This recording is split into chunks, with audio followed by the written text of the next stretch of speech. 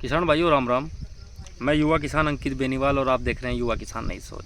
ये मेरे साथ हरियाणा के युवा किसान और कुरुक्षेत्र भूमि के धर्म भूमि के किसान दीपक भाई हैं।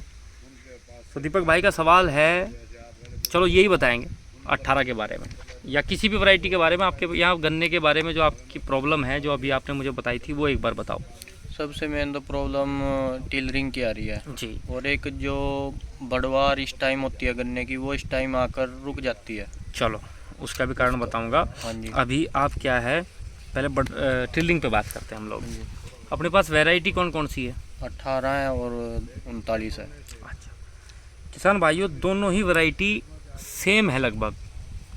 फ़र्क इतना है कि जो पत्तियां होती हैं 0239 की थोड़ी और ज़्यादा चौड़ी हो जाती हैं 18 से, 0118 से, और 0118 ऊपर से मोटा होएगा और नीचे से बारीक, लेकिन ये बराबर होता है लगभग 0239। सही बोल रहा हूँ ना? हाँ जी।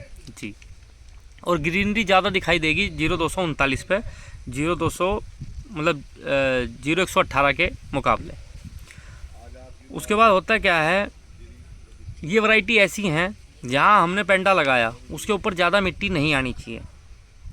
और जैसे हम ट्रंच मेथड से करते हैं, ट्रंच मेथड में भी अगर आपने ये प्रबंधन नहीं करा तो आपकी टिल्लिंग प्रभावित हो जाएगी।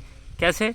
आपने करना है कि आप जब भी पेंडा डाल दें बुआई के लिए, तो जहाँ वो जिस गहराई में डाला है आपने, बाकी प्रबंधन अलग है लेकिन अभी इसकी बात करूँगा मैं, तो जितनी गहराई में आपने पेंडा डाला है उस गहराई को जब तक आपको जितनी टिल्लिंग चाहिए वो ना मिल जाए आपको भरना नहीं है उसको। लेकिन यहाँ तो हम साधारण विधि पे काम कर रहे हैं, तो हम शुरू में ही मेड़ा जिसको बोलते हैं, पाटा जिसको बोलते हैं, आपके यहाँ क्या बोलते हैं? मेड़ा बोलते हैं यहाँ भी। तो वो मेड़ा लगा देते हैं, तो फिर वो टिल्लिंग कैसे करेगा? बाकी आपने मेरी कई वीडियोस देखी होंगी कि क्या फ़र्क है साधारण विधि में और ट्रेंच विधि में। तो ज़्यादा दूरी पर आप ना जाएं तो 42 इंच पे जाओ, लेकिन गहराई रखो और उसके बाद टिल्लिंग लेने के बाद ही उस गहराई को भरो। तो साधारण विधि में पॉसिबल नहीं है, इसीलिए टिल्लिंग नहीं आ पा रही। जो आप पेंडा डालते हो उसका जमाव हुआ और उसके बाद वो जमा होने के बाद टिल्लिंग नहीं हुई। इन वैरायटियों में ये खास बात है। आप 0238 को साधारण लगा दो, उसने झंडे काटे हैं हर विधि में, लेकिन आप 0239 और 118 को ऐसे नहीं लगा सकते। गहराई को नहीं भरना है। और दूसरा कुछ चीज़ों का इस्तेमाल करना है, जैसे पोटेशियम ह्यूमेट फुलवेट, और अगर माइक्रोन्यूट्रिएंट्स की कमी है वो, और उसी के साथ साथ सल्फ़र, वो भी माइक्रोन्यूट्रिएंट्स में आता है। तो ये सल्फ़र और ह्यूमिक फुलविक, इसकी ड्रेंचिंग आपको पहले पानी पे बहुत आवश्यक है जमाव के बाद, लेकिन उससे भी ज़्यादा फर्क नहीं पड़ेगा जो आपको ज़मीन को भुरभुरी रखने से और गहराई बरकरार रखने से पड़ेगा। ठीक है। और बाकी ट्रेंच पे मैं पूरी वीडियो बनाऊंगा कि भाई ट्रेंच में लोग फेल क्यों हो रहे हैं। जैसे भाई को तो मिट्टी पलटने से ही दुष्परिणाम मिले, तो उसका कारण भी मैं आपको बताऊंगा। जल्दी अपनी लैब से ही मैं वीडियो बनाऊंगा और वहाँ वाइट बोर्ड पे आराम से आप समझ सकते हो। आप संतुष्ट हो? हाँ जी। ठीक है किसान भाइयों, दीपक भाई का जो सवाल था उसका जवाब मिल गया। लेकिन हाँ, इनका एक सवाल और था, मैं भूल गया। बढ़वार नहीं हो रही इस टाइम। दरअसल है क्या, बढ़वार के लिए जब हमारा गन्ना 12 महीने बढ़ रहा है तो आप उसको 12 महीने खुराक दोगे। अभी क्या है, हमारे खेतों में अघुलनशील अवस्था में बहुत कुछ पड़ा हुआ है, बहुत सारे खाद।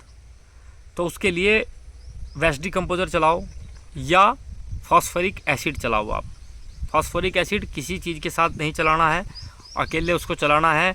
2 किलो प्रति एकड़, अच्छी कंपनी का 2 किलो प्रति एकड़ आपको ड्रम में घोल के वेंचुरी के साथ चला दो। या देखो, ड्रेंचिंग तो महंगी पड़ेगी अगर आप टंकी लेके घूमोगे दीपक भाई, तो उसके लिए आप पानी के साथ ऐसे टपक विधि से छोड़ दो कि आपने जहाँ पानी की नाली है उसके पास रख दिया कोई ड्रम वगैरह, उससे टप टप करके चला गया वो चलाओ, आपको शानदार रिजल्ट मिलेंगे। और उसी के साथ ये मान के चलो कि आपकी बढ़वार भी होगी और आपका खर्च भी बचेगा। नहीं तो बाकी आपको थैली शीशियाँ तो दुनिया भर की दे देंगे लोग लाके कि भैया ये डाल लो, बढ़वार हो जाएगी, इसकी स्प्रे मार लो। और मैं आपको बता दूं, अभी कोई भी चीज़ इतना काम नहीं करेगी बढ़वार के लिए, क्योंकि परिपक्व गन्ना हो चुका है और 1 से 1.5 महीना इसको वो काम करने में लग जाएगा जब तक या तो उसकी मात्रा मतलब जो उसकी क्षमता है जो आप दवाई कर रहे हो या पीजीआर कर रहे हो या तो वो ख़त्म हो जाएगी या आपका गन्ना कट के चला जाएगा। ठीक है, तो ज़्यादा खर्चा नहीं करना है, सिंपल सी बात है। ये जो मैंने चीज़ें बताई हैं ये चलाओ, और अगर इनका भी समय नहीं है तो आप समय या पैसा, हाँ जी, समय तो दोनों में बराबर लगेगा लेकिन पैसे की बात करूँगा, तो आप वेस्ट डिकम्पोजर कहीं से कल्चर लेके बना लो, वो फ्री में बन जाएगा, उसको चलाओ, लेकिन अच्छी मात्रा में चलाना है। 100-200 लीटर से कुछ नहीं होता एकड़ में। ठीक है जी, ठीक है। बाकी ठीक है किसान भाइयों, जय हिंद, जय जवान, जय किसान।